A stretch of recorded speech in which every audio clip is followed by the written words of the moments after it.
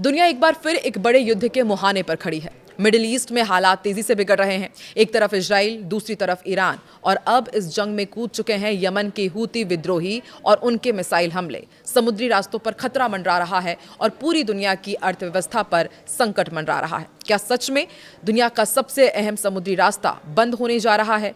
आइए समझते हैं पूरी कहानी। नमस्कार, मैं हूं आकांक्षा और आप देख रहे न्यूज़ 18 का डिजिटल प्लेटफॉर्म। तो हाल ही में यमन से इजराइल पर कुछ मिसाइलें दागी गई। ये पहली बार है जब इस युद्ध में हूती विद्रोहियों ने सीधे इजराइल को निशाना बनाया है।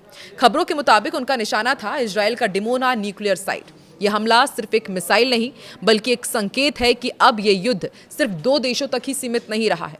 हूती विद्रोही यमन का एक सशस्त्र ग्रुप है जो लंबे समय से यमन की सरकार और सऊदी गठबंधन के खिलाफ लड़ता आया है।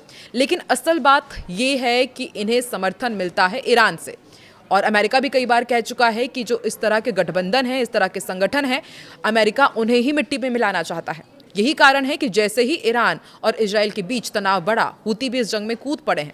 तो हूती के इस जंग में कूदने के बाद अब पूरी दुनिया में इसका क्या असर पड़ने वाला है, आपको समझाते हैं। तो देखिए, बाब अल मंदेब इतना खतरनाक क्यों माना जाता है, इसके बारे में आपको बताते हैं। देखिए, पूरी दुनिया इसी बात से डर रही थी। बाब अल मंदेब जल डबरू मध्य, ये एक छोटा सा समुद्री रास्ता है लेकिन बेहद अहम माना जाता है।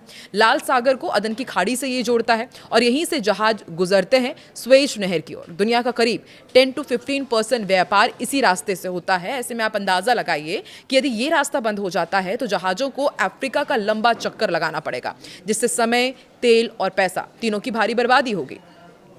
हॉर्मुज़ स्ट्रेट प्लस बाब अल मंदेब, इसका क्या कॉम्बिनेशन है ये भी आपको बताते हैं। अगर ये दोनों ही बंद हो जाएंगे तो ग्लोबल क्राइसिस हो सकता है।